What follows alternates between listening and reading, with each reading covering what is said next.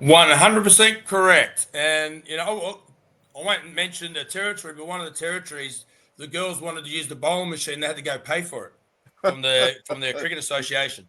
That's not helpful, mate. That's not helpful. And it's also got to start at under 16 level. I know we're trying to implement a regional under 16 tournament, and that's where it's got to start from. So the under 19 tournament, I just watched it recently in Trinidad. The standard's not where if you watch an Australian under or an England under 19 tournament, exactly. It's way different. And that's the big thing. If our under 19s, and we talk about a lot in Cricket West Indies, the under 19s team is getting into semi-finals or competing against the real good teams, and then those players obviously are going to be able to flow into the senior team a lot better. But we're not even competing against those top nations that under 19s, and that's always going to be a guide.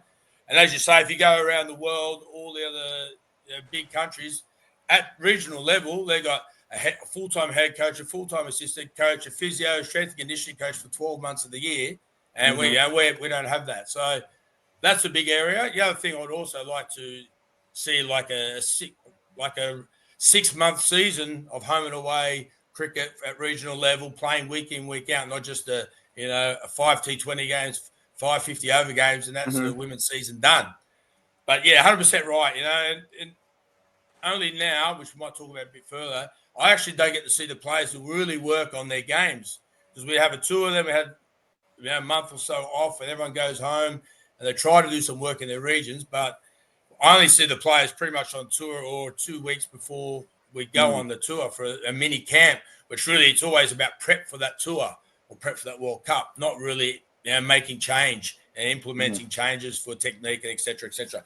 So, that's what we've got the next 6 months off. We're not in the ODI World Cup, which is disappointing, but the blessing in disguise is all the girls are going to come to Antigua for a long extended period, and we can get some real work done to really target 2026, which is a real big year for us. Right. Good morning, Christopher Bristol. Good morning, Sheldon Smith, Never Isaac, 48 Not Out, Stephen Roach, Sanjit. Good morning, the crew. I can't call everybody name. Good morning, the crew.